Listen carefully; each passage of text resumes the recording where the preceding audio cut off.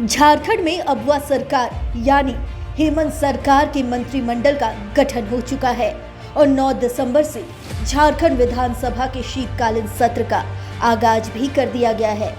वहीं विधानसभा सत्र के दूसरे दिन दोबारा निर्विरोध सर्वसम्मति से एक बार फिर जामताड़ा जिले के नाला विधानसभा क्षेत्र से जीते रविंद्रनाथ महतो को पक्ष और विपक्ष ने विधानसभा अध्यक्ष चुना है।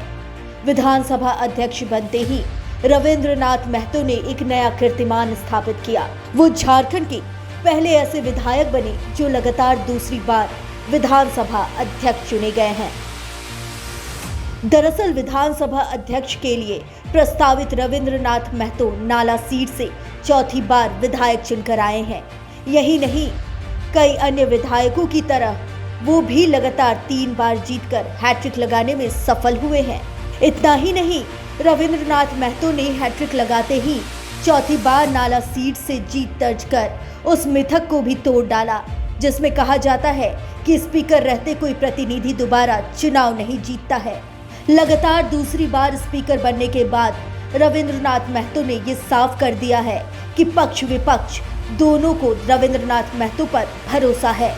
दोबारा स्पीकर बनने के बाद रविंद्रनाथ महतो ने कहा, इस बार झारखंड में स्वस्थ डेमोक्रेसी की शुरुआत की गई है। हमसे जनता को बहुत सारी अपेक्षाएं हैं, बहुत आशाएं हैं। साथ ही जनता हमें यहां तक भेजती है। सदन में इस बात का ध्यान रखा जाए कि बिना गतिरोध सदन चले। यही स्वस्थ डेमोक्रेसी का परंपरा का शुरुआत है। हर जगह पूरे देश में इसी तरह का होना चाहिए। सारे दल मिलकर के विधानसभा के अध्यक्ष के आसन में विधानसभा के अध्यक्ष को बैठाते हैं। ये बहुत सुंदर परिपाटी है। हमारे डेमोक्रेटिक आइडियोलॉजी के हिसाब से यही होना चाहिए। मेरा पूर्ण विश्वास है कि इस बार सदन के माध्यम से राज्य के हित में जितने रचनात्मक काम है, जितने कंस्ट्रक्टिव वर्क्स है, सारे काम इस बार होंगे। पक्ष भी सहमत है, विपक्ष भी सहमत है और सब लोगों का उद्देश्य एक है कि इस राज्य को हर हाल में आगे ले जाना है, हर रूप से। इसीलिए मैं पूर्ण विश्वास कर सकता हूं माननीय विधानसभा में चुने हुए सदस्यों को कि लोग अपना अपेक्षित सहयोग और रचनात्मक सहयोग आसन को देंगे और 3.5 करोड़ जनताओं के जो आस्था है विधानसभा के प्रति वह निश्चित रूप से इस बार पूर्ण होगा। जैसे ही पुराने माननीय लंबे अनुभव वाला विधायकों के साथ लोग रहेंगे तो अपने आप इस परिपाटी को फॉलो करेंगे, इस परिपाटी को समझेंगे और उसी के अनुरूप अपने विषय को समझ चुके हैं। और इसी का परिणाम है कि आज पूर्व से जनादेश, इस तरह का जनादेश प्रचंड बहुमत सत्ता पक्ष को प्राप्त हुआ। और मैं एक बात आपको बता दूं, पक्ष और विपक्ष को जो भी जिनको जिस तरह का जनादेश प्राप्त हुआ, सबका अहम दायित्व होता है। और मैं समझता हूं लोग अहम दायित्वों के निर्वहन करने में अगर चूक न करें तो उसका परिणाम अच्छा होता है। इसीलिए सारे लोग अपने अपने जनादेश के अनुकूल जो दायित्व उन्हें प्राप्त हुआ है उनको बखूबी निभाने का काम करें। सीएम ने भी रविंद्रनाथ महतो को दोबारा स्पीकर चुने जाने पर बधाई दी है और कहा कि विभूतियों के सपनों को साकार करने की मिलकर कोशिश करेंगे। हमारे संविधान निर्माताओं ने बाबा भीमराव अंबेडकर जी के साथ साथ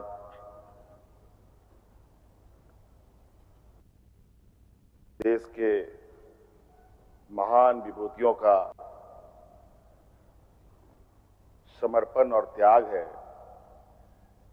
जो इस प्रकार का मंदिर का निर्माण इस देश में और राज्यों में हुआ।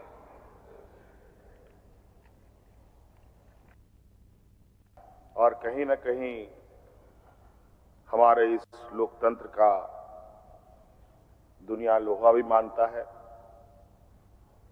कि किस प्रकार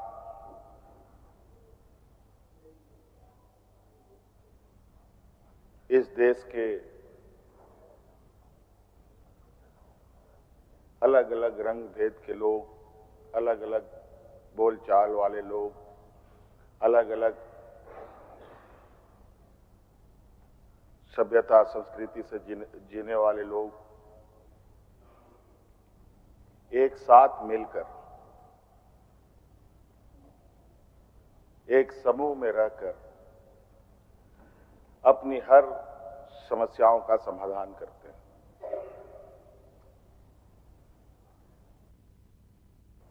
आज उन महान विभूतियों के उन विचारों को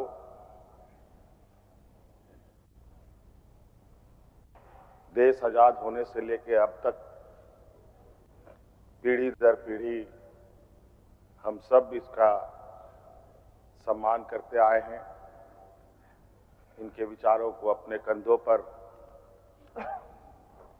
लेकर निरंतर हम लोग इस लोकतंत्र को और मजबूत करने में लगे हैं। आपके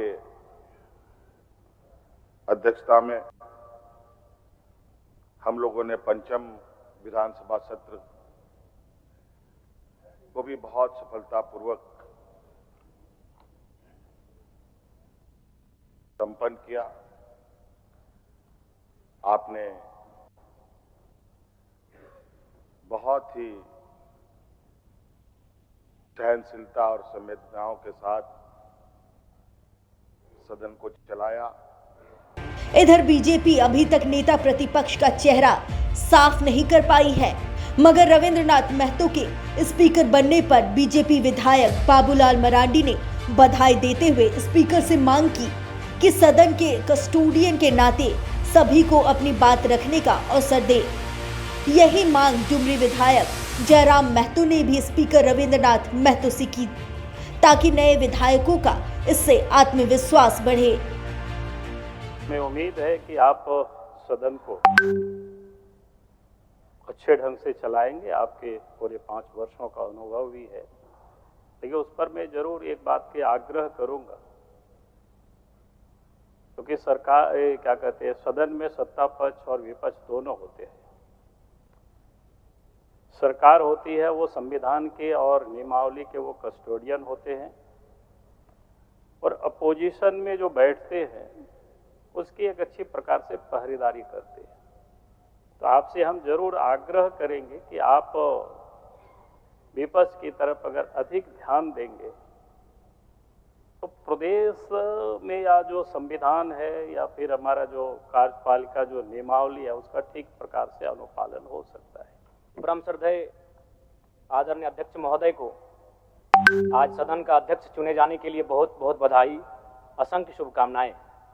और आपके पोशाक से शायद परिचित हो रहा है कि आपने कुछ खोया है, और ये सदन के साथ साथ मैं भी आपकी इस दुख की घड़ी में सहानुभूति प्रकट करता हूं।